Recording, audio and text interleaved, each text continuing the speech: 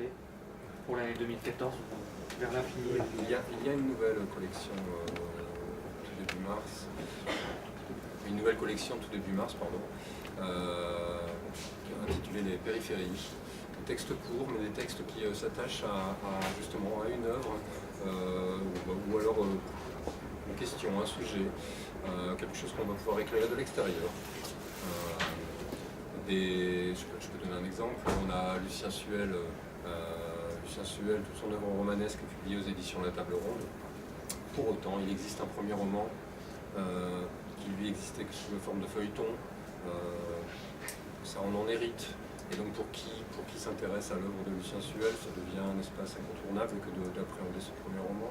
Un texte de Pascal Descent, qui est plutôt un auteur qu'on connaît dans le champ du polar. Chez Rivage, oui. C'est pareil, un texte qui évoque quelque chose qui de l'ordre d'une expérience personnelle, mais qui va donc impacter littéralement toute sa production. Et donc c'est les clés de lecture un petit peu de cet auteur.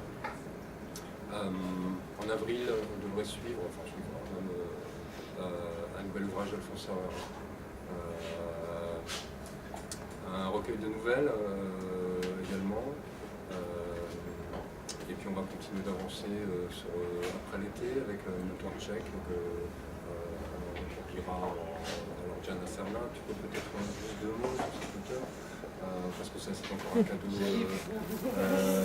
de Anna, mais voilà, ça c'est une rencontre aussi, puisque finalement les textes nous arrivent grâce à différentes interventions, des gens qui organisent des manifestations, qui révèlent des textes, et forcément on est aux aguets. Et puis il y a des textes qui s'imposent en la maison. Oui, donc c'est un texte d'une auteure tchèque qui est décédée, parce que voilà, c'est morte dans les années 80. Et je ne connais pas les titres parce qu'on se bagarre avec les titres, on ne sait pas quel titre choisir. En fait, c'est une lettre qu'elle avait écrite à son amant, à son compagnon de l'époque. La lettre elle a été écrite en 62 probablement.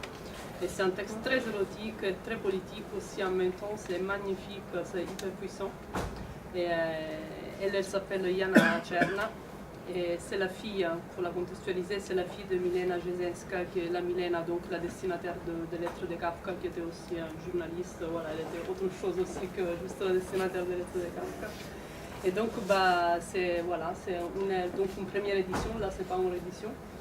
Et j'avais découvert les textes, j'ai acheté l'édition italienne qui s'appelle, je peux le dire, Pas dans les lecture aujourd'hui.